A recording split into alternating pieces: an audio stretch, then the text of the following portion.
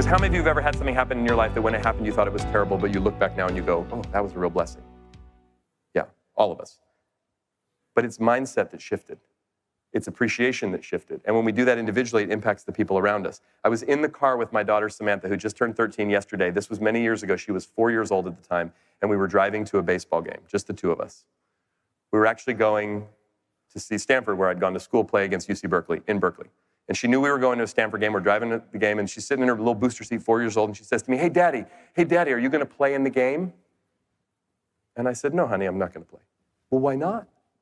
You know, when they're 4, they ask a lot of why and why not questions. And I said, well, honey, Daddy doesn't play baseball anymore. Well, why not?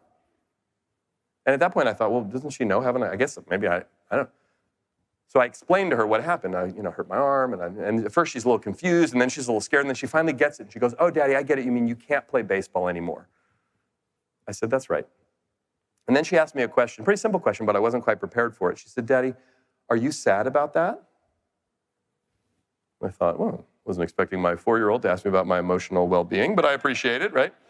And I took a moment. I thought to myself, I want to answer this question honestly. I don't want to just give her a flippant response. And I said to her, after I took a moment, I said, no, honey, I'm not sad. I said, I was sad when it happened. It was a really big deal. I was really sad. I said, but I'm not sad about it anymore. In fact, I'm grateful. And she says, grateful? Grateful? Because at 4 years old, even that she knew what grateful meant. We talk about gratitude and appreciation a lot at our house. She goes, grateful? Why are you grateful, Daddy, that you hurt your arm and you can't play baseball anymore? I don't understand. And I said to her, well, honey, if Daddy never hurt his arm, I never would have met Mommy. And I wouldn't be your daddy. And then I burst into tears. And she was like, Daddy, are you okay? And I was like, I'm fine. Whoa, I'm fine. Whoa. Shocked. Like, I was shocked at how emotional I got in that moment. And I have no idea if she got it, but I know that I got it at a whole deeper level. The issue isn't whether or not we're going to have challenges. The issue isn't whether or not things are going to change and be disrupted. That's just part of life. That's part of business. That's part of the world we live in. The issue is, do we have the ability as leaders to have the mindset, the growth mindset, to navigate our way through it?